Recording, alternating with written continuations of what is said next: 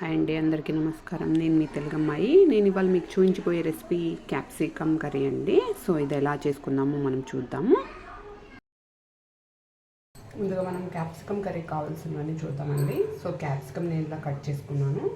So ఇది ఒక 4-5 capsicums అంటే నేను ఇలా కట్ చేసి పెట్టుకున్నాను. సో ఆనియన్స్, ఒక పెద్ద ఆనియన్ ఇలా కట్ చేసుకోవడము, చిన్న టమాటాలు ఒక 2, సో పచ్చిమిర్చి అండ్ జీడిపప్పు అండి. సో దీంట్లోకి మనకు కావాల్సిన మసాలా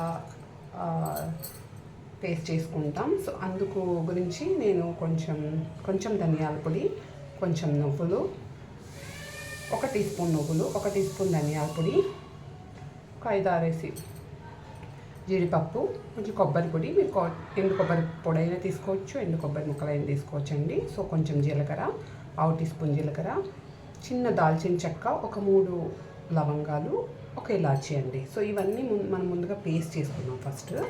సో ఇలా మనం ఫస్ట్ ఒక మిక్సీ జార్లోకి ఇవన్నీ వేసేసుకొని ఇవి కొంచెం వేయించుకున్నానండి. మీరు చూస్తే జీడిపప్పు ఇలా పచ్చివి వేయకుండా నువ్వులు జీడిపప్పు కొంచెం వేయించుకున్నాను. సో ఇందులోకి నేను వేసి దీన్ని పేస్ట్ లాగా చేసుకుంటున్నానండి. దీన్ని మెత్త పేస్ట్ చేసుకున్నాం. చూస్తున్నారు కదండి, ఇలా మెత్తగా పేస్ట్ లాగా చేసుకున్నాను. సో మనం ముందు బాండి పెట్టేస్తున్నాము.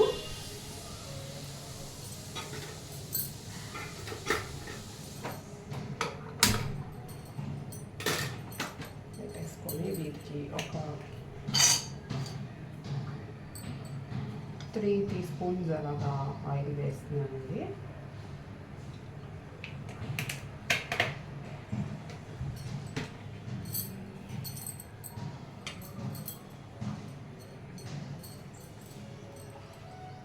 ఆయిల్ వేడపంగానే ముందుగా ఆనియన్స్ వేసుకున్నాము. ఆనియన్స్, పచ్చిమిర్చి వేసుకున్నాము. సో ఇది కొంచెం వేగాలండి. అలాగా ఫ్రై అవుతుంది. ఇందులోకి నేను కొంచెం కరివేపాకు వేసాను.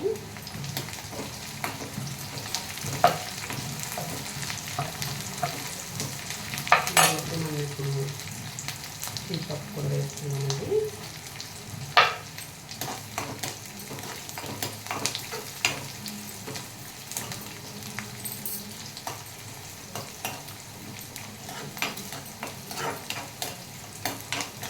కొంచెం ఆనియన్స్ బాగా ఫ్రై అయిన తర్వాత కట్ చేసుకున్న టమాటా కూడా ఇందులో వేసేసానండి.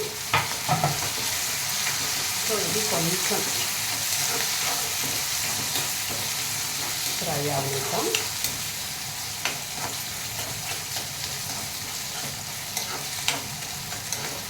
చాలా సింపుల్ అండ్ ఈజీ అండి చేసుకోవడము. కొంచెం బాగా ఫ్రై అయింది.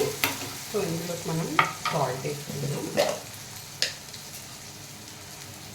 సరిపడా సాల్ట్ వేసుకున్నాం.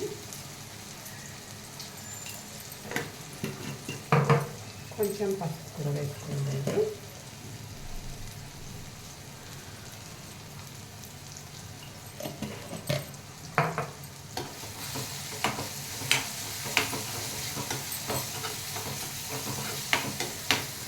బాగా కలిపాక మనం ఇందులోకి కట్ చేసుకున్న క్యాప్సికమ్ అనేది వేసుకున్నామండి.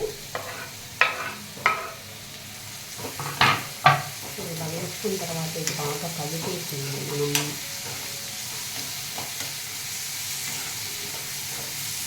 మూత పెట్టేస్తాము. దీనికి ఇప్పుడు మీడియం ఫ్లేమ్లో పెట్టేసి మూత పెట్టి అప్పుడప్పుడు వీటిని కలుపుతూ ఉండాలండి. క్యాప్సికమ్ మనకు బాయిల్ అయ్యేంత వరకు.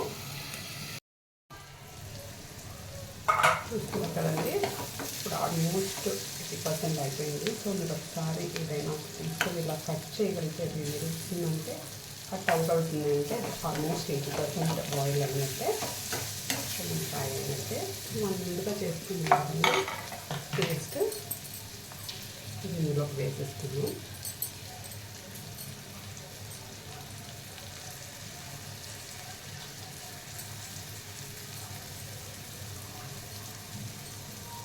ఇంకొక వేసుకొని మనకు కావాల్సిన వాటర్ పోసేస్తున్నాము.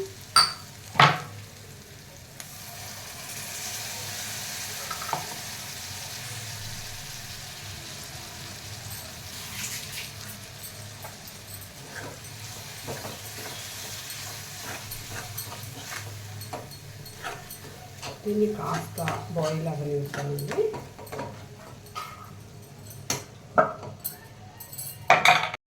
చూస్తున్నారు కదండి, ఇలా 3 to 4 minutes బాయిల్ అయిన తర్వాత మనం ఇందులోకి కారం వేసుకున్నాం.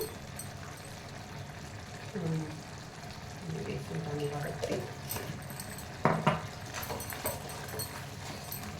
కారం వేసి చివరిగా ఒక 2 minutes బాయిల్ అవుతాం.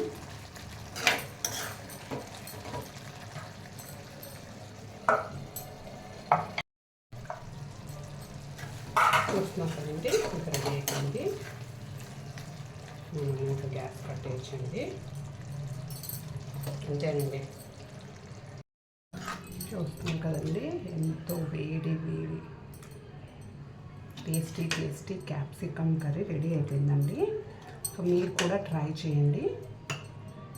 ఇలా సర్వింగ్ బౌల్లో తీసుకుంటున్నాను.